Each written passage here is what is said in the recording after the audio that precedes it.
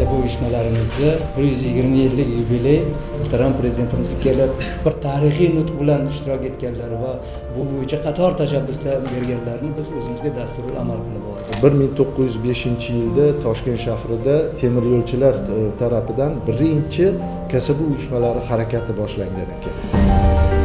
O'zbekiston Liberal Demokratik partiyasi Markaziy siyosiy kengash ijroiya apparatidan boshlab turib toki tumandagi kengash darajalarigacha o'zida ishlayotgan xodimlarning mehnat sharoitlarini yaratishdan tortib toki ijtimoiy qo'llab-quvvatlash, yoshlarni qo'llab-quvvatlash, xotin-qizlarni qo'llab-quvvatlash borasidagi bandlar ham barchasi ijrosi ta'minlanyapti. Aynan aholini ijtimoiy himoya qilish masalalari ustuvor masalalardan biriga aylanayotgani mamlakatimizda.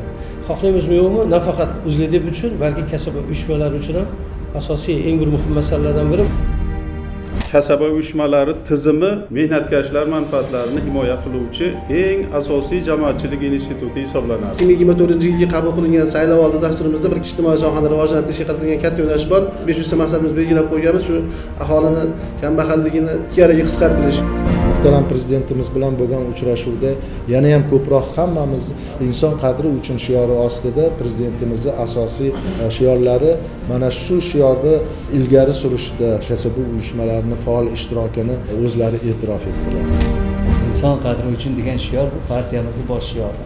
Muhtaram prezidentimizning saylovoldi dasturlaridagi eng katta g'oya. Shunday ekan maqsadimiz bir, yo'nalishimiz bir. Mana shu yangilangan konstitutsiyamizga ham biz qator inson qadrini yuksaltirish bilan, ishchilarning huquqlarini himoya qilish bilan ko'plab takliflarni kiritdik.